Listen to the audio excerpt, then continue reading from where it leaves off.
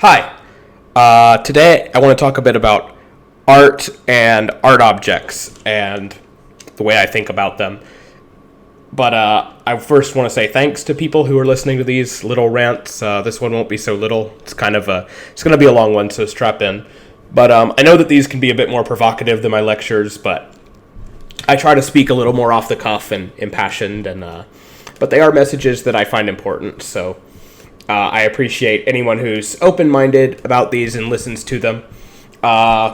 It's no secret that I'm very critical of Abrahamic monotheistic religions, but I do appreciate anyone who listens to these from whatever background they're from.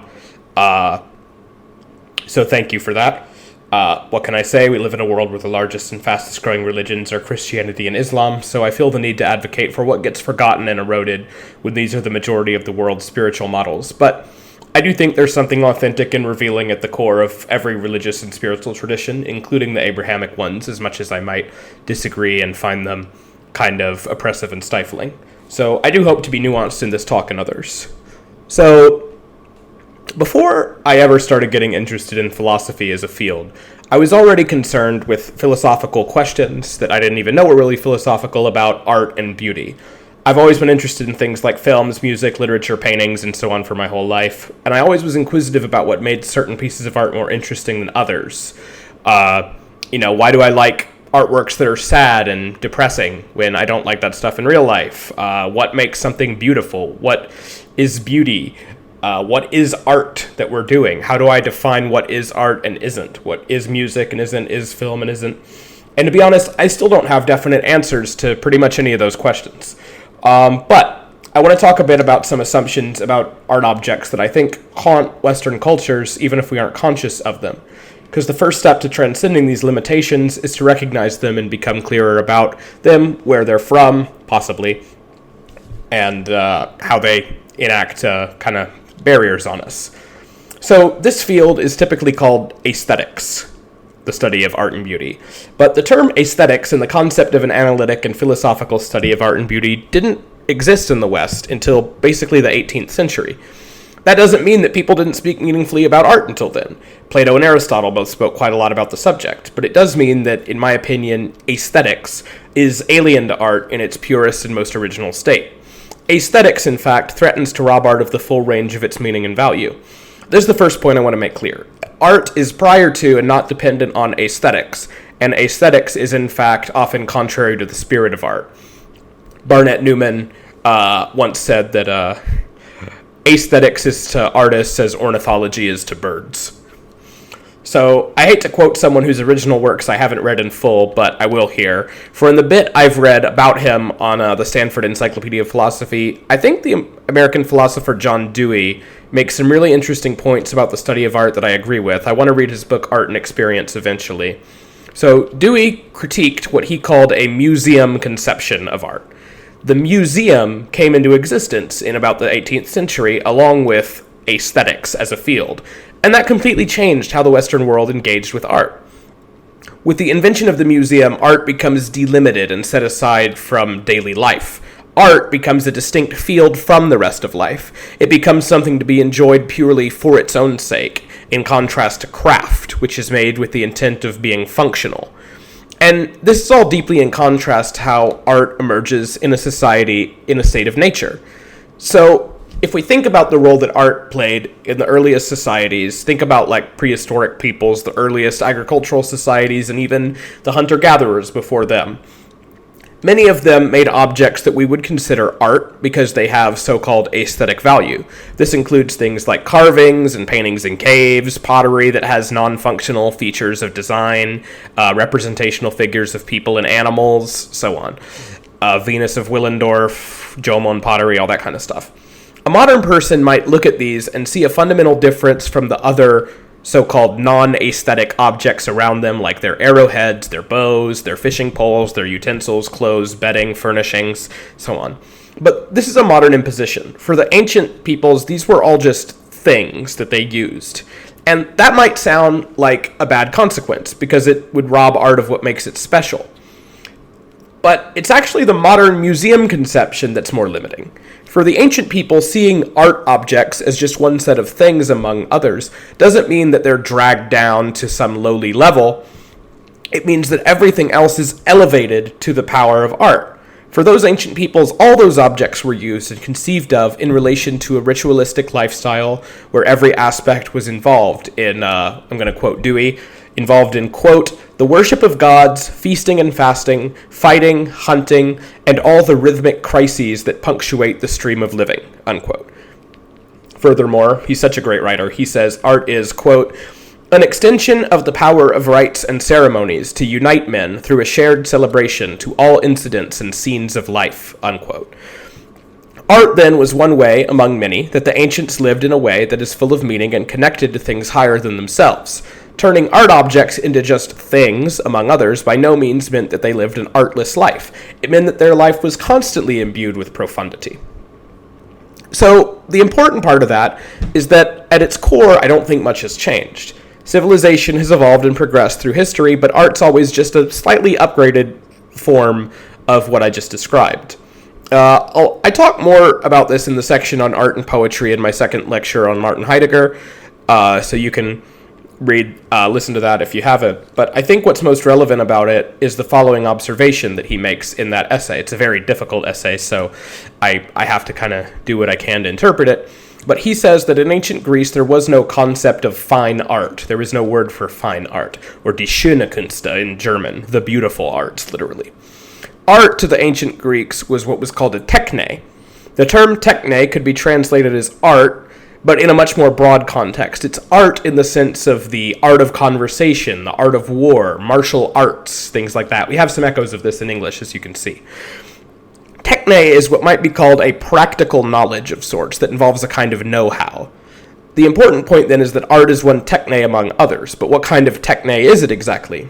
Well, Heidegger tries to answer this with some very, very difficult passages about art being what he calls a primal strife between world and earth. And the full context of that is out of scope of this talk, but in my interpretation, this basically means that he thinks art is a method of both reflecting on and contributing to mankind's historical appropriation of the unfolding of being itself. Watch my videos on Heidegger if you want some more details about this really hard-to-grasp concept. Or read commentators on, like Julian Young. But that stuff goes beyond the scope of what I want to talk about in this talk. What I want to talk about is what I see as this weird fear of art objects that remains latent in Western societies. So, if we have that above prehistoric and non-aesthetic consumption of artworks are things, they're objects, like utensils or chairs or whatever else. And a lot of people get uneasy about this. As Heidegger says, this at first glance sounds like the attitude towards art of shippers and charwomen, not sophisticated aesthetes who know how to enjoy the fine features of art. They might say that no, artworks can't just be objects if they're so spiritually enriching and transcendent. But there we go. There's the underlying assumption that a mere object cannot be spiritually enriching and transcendent. If something is an object, it has to be just an object, not something that can help us towards spiritual transcendence. And that's, in my opinion, at least partially the fault of Abrahamic religion.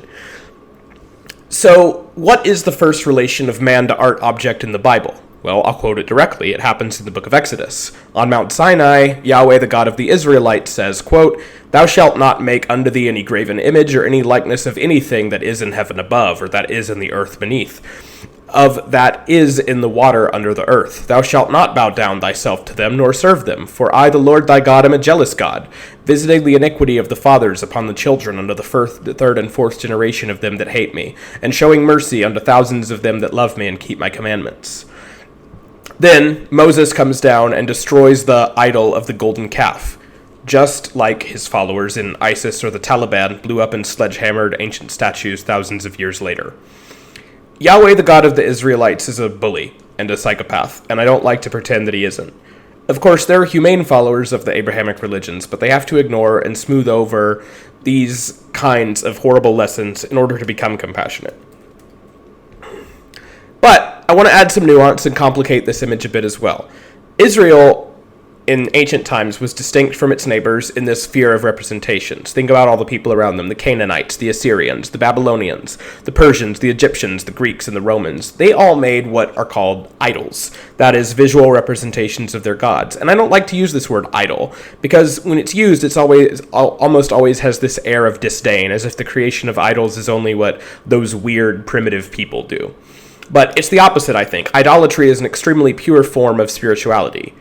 However, the truth is that while other societies around Israel may have had visual representations of their gods, there are some examples of societies which seem to not have idols, didn't have visual representations of their gods, independent of any Abrahamic influence. And I'll use India as an example. So if we look at a lot of the earliest Buddhist artworks, many of them don't depict the Buddha visually. The term for this is aniconism, meaning they don't attempt to visually represent the subject. They even go to the trouble of showing empty thrones and chairs and stuff where he would be, but there's just an emptiness. The theory goes that this is what Buddhist art was like in India until the conquest of Alexander the Great, which brought the Greek tradition of representational statues in holy spaces to India and to Bactria. If you look at old statues of the Buddha from places like modern-day Pakistan and Afghanistan, they are obviously inspired by Greek statues, so that makes sense, but this view's been argued against for various reasons, but all I really want to bring it up for is that there are traditions of aniconism, not representing gods visually, that are untouched by Abrahamic religion. So you can't assume that just because they're aniconic means they're brainwashed by Abrahamic religion. For example, in a lot of shrines in Japan, there really usually aren't visual representations of gods. There are in temples where there's a whole tradition of making Buddha statues, but not in shrines. The most you'll usually find is a kind of holy symbol like a mirror to stand in place. A lot of forms of nature worship are like this as well. You see it in tribes in the Americas too, for example. You have things like totem poles, but not usually visual representations of gods. However, the relation of the Abrahamic religions to objects is distinct from the ancient Buddhist conception or the Shintoist conception, because this Abrahamic idea, it's not just a tendency to generally avoid visual representation, but this paralyzing, pathological, obsessive fear of and unease towards visual representation that these other traditions don't have, I think. I don't think most people at shrines in Japan get uneasy and angry if you draw one of their gods. And sure, most people in modern countries in the West wouldn't either, but there's this kind of unspoken idea that it's somehow blasphemous. And that's what makes the Abrahamic relation to objects so unusual to me. And the effects have been regrettable. We can give a short account of crimes that have happened as a result of this. Roman Christians smashing ancient statues with hammers. Byzantine Christians destroying their own icons. Al-Aziz Uthman put a big huge gash in the side of the Pyramid of Menkaure. Turkic invaders destroyed Buddhist monasteries in India. Savonarola burned Sandro Botticelli's paintings in Renaissance Italy. Spanish conquistadors demolished the Mayan temples in the Americas. The Taliban blowed up the Buddhas at Bamiyan. ISIS destroyed countless ancient heritage sites across Iraq and Syria. And it goes on and on. But again, to be nuanced and fair, we have to honest and note a few things. The destruction of artworks was, of course, by no means limited to the Abrahamic world, but it seems like this was normally just part of a greater power struggle, in my opinion. This ideological fear of the act of representation itself doesn't seem evident to me when, say, the Assyrians or Babylonians sacked a city and destroyed their artworks. Also, I should of course point out that this fear of visual representation has not totally stopped the creation of representative spiritual artworks even within the Abrahamic world. Go to any old-fashioned Catholic or Orthodox church and you'll see tons and tons of idols. They don't want me to call them that, but that's what they are. They're statues or icons of Jesus, of the Virgin Mary, of apostles, of saints, and so on. In a sense, it's just what the Greeks and Romans were doing in their temples, but they swapped out the native Greco-Roman gods for Christian ones. And that's a good thing. I think that's how the legacy and heritage of ancient Greece and Rome has to a degree survived, despite the efforts of Christians to destroy it. But this is where I want to get a little more nuanced as well, because I actually don't think that this fear of visual representation begins and ends with Abrahamic religions, as far as it has poisoned Western society. I actually think that this idea can be traced back to Plato. One of the things you sense when Plato talks about art is that he's deeply afraid of the concept of mimesis. What is mimesis? It is derived from the Greek word mimesthai, meaning to imitate. It's the etymological root of the word mimic in English.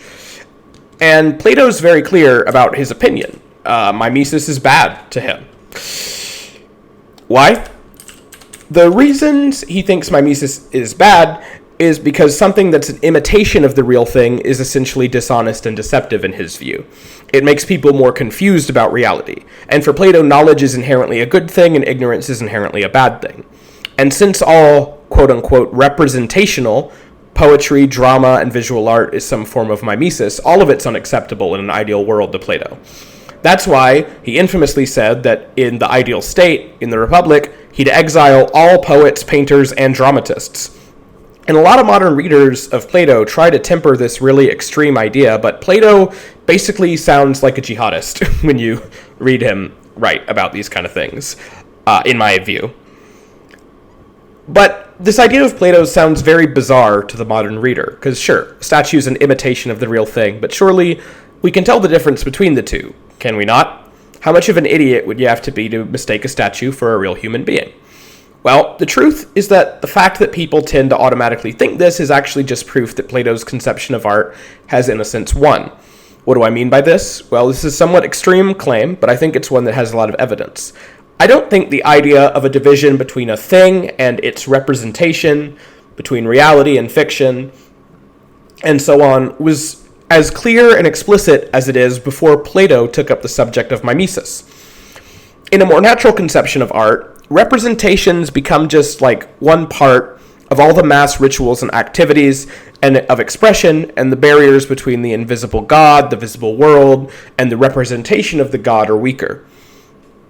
And there's a very difficult but rewarding book called The Graven Image, Representation in Babylon and Assyria by Zainab Barani, which is informative on that topic. It essentially makes the argument that we misunderstand representational art in Babylon and Assyria from the ancient times when we interpret it in Plato's paradigm of artworks being mimetic imitations of some other separate and more real thing, be it the king, a god, or whatever else. In the ancient Mesopotamian world, she argues, making a statue was not a substitute for what it represented, but was a kind of extension of what it represented. The process of creating a statue was not just imitating the essence of the original thing, but doubling it and extending it. This is why idols were so terrifying to the Israelites. They weren't just mimetic imitations of other gods. They actually were a way that these gods came to have a sense of presence in their domain. This is also why such an importance was placed on the desecration of visual images in ancient Mesopotamia. Again, not all desecration and destruction is from Abrahamic religions alone. Destroying an image of the king was taken as a way of attacking part of the extended presence of the king, and thus to some degree the king himself. But again, I think that seems just more like a power struggle than anything. I don't see that fear over the very act of representation itself. And I think that Babylon and Assyria were far from unusual in terms of their conception of art and reality. In fact, I think almost all societies were this way to some extent before the Platonic and Abrahamic conception of mimesis was introduced. There are many stories across the world of tribes first coming into contact with photography and being horrified by it, believing that a piece of their soul or self had been stolen from them. Indeed, we forget this a lot today, but many Christians found the act of photography itself to be inherently blasphemous when photography was first created, because it let people give birth to a real and living thing on the same level as a god. Perhaps it would then logically entail that if the quote-unquote perfect representation of a photograph is a perfect method of reproducing and extending the essence of a thing photographed, then the less perfect representation of mimetic artworks is simply a lesser form of reproducing and extending the essence of the things they depict. So these boundaries we draw between the real and the representational ultimately depend on our cultural context, and there's every reason to think that we've simply adopted Plato's boundaries as a matter of convention. Now, it's not like this fear of mimesis has stopped us from creating beautiful objects in the West, even in a Christian spiritual context. Again, think of Giotto or Michelangelo or Rembrandt or whoever else you prefer to. But they always seem to have to make an excuse for it, as if making art is an indulgence or a weakness of their character. For example, in a church with religious icons, the clergy will say that these objects aren't being worshipped, but just honored. They're just there to help us remind ourselves of what these saints did. But again, again, to me, I talked about this a bit in the last one, but worshiping and honoring something, that distinction is almost meaningless in like a Ur-Shinto natural conception of religion that I've talked about before. The reason that all these churches have these idols is because it's a humane urge to love, cherish, and be in conversation with objects. But there's always a qualification to this. They always say that these are mere objects, that we have to engage with them in a dispassionate way. They say that we can enjoy them as a simple form of decoration, but certainly never gain any spiritual meaning from them. And they say that above all, we certainly can never believe that an object can speak to us or reveal something to us. And the sad part is that I think this way of thinking has infected much of the modern secular Western world as well. Even when we've freed ourselves from the Abrahamic religions proper, we still have their object hate kind of inherent in our societal structures. It might be surprising, but I actually think that modern materialism and hyper-consumerism and everything wrong with that is born from a hatred and disrespect of objects rather than a genuine love of them. Irresponsible, reckless use of the natural resources of the world, endless consumption of disposable plastic junk en masse. That's possible in a world where we don't love and cherish objects. It's possible in a world where we have an assumption that objects don't have dignity and worth of their own, and therefore we can just devour and discard them as much as we want. I also think about this when it comes to having a more free and accepting attitude towards sex and sexual desire as well. I don't think it's a coincidence that puritanical and repressive attitudes towards sexuality often seem to come hand in hand with this fear of objects and representation. It's not a coincidence that the same jihadist fundamentalists who want to destroy ancient Buddhist statues also want to make all the women in their countries wear a niqab. It's because sexual desire objectifies people and makes us appreciate them as things, but that's not a bad thing. There's nothing wrong with that. I can speak from my own experience, at least of times when being objectified was pleasant. Of course, when you're complimented on your appearance, that's one, but I also think what it feels like to join a huge crowd at a concert or become one number of students in robes at a graduation ceremony. In Sun and Steel, Mishima Yukio talks a bit about the pleasure and joy in becoming a mere object and losing his identity when marching in the military or carrying a mikoshi at a festival. But we never talk about this. And we have what I call a kind of burqa feminism in the Western world, where we think that objectification is like inherently always bad and always makes people into victims. And I think a lot of it is there's this idea that when we see someone as an object, it means we start to see them as lesser and hate them and think we could do whatever we want to them. And to me, that doesn't tell me that there's a problem with objectifying the opposite sex. What that tells me is that there's a problem with how we treat objects. Wouldn't it be pleasant to be treated like an object if we treated objects with reverence and dignity? That's what I always think. So that's why I think that the fear of sexual objectification is similar to the fear of artistic expression. Namely, Western peoples are afraid that if we see someone as an object, it'll permanently reduce them to being an object and nothing more. And I wonder sometimes if this is because of Western metaphysics that emphasizes static entities with a fixed substance, while Eastern metaphysics are inspired by Buddhism and see things as inherently transient and effervescent, which means that we can naturally shift between seeing people as objects or something else. And yeah, that's why I've always loved Japanese otaku media in a way. I always liked things that are full of sex and fan service and panty shots, and it's just wonderful to see a society that can view sex and objectification as something playful and fun, instead of this strange mortification we have of sex and beauty in many Western countries. I think sexuality is a holy thing, precisely because it turns people into works of art, and thus into beautiful objects. Well, that was quite a rant. Really, when I think about this, it just keeps unfolding into more and more thoughts, but I'd like to save some of those for a future video about some other musings on art. In particular, I'd like to talk about my belief in absolute freedom of expression in art, and about why I think the whole process of interpretation and media literacy, my least favorite phrase, is killing art and creativity, but that'll come at a later point. So thank you for listening to this video, and goodbye.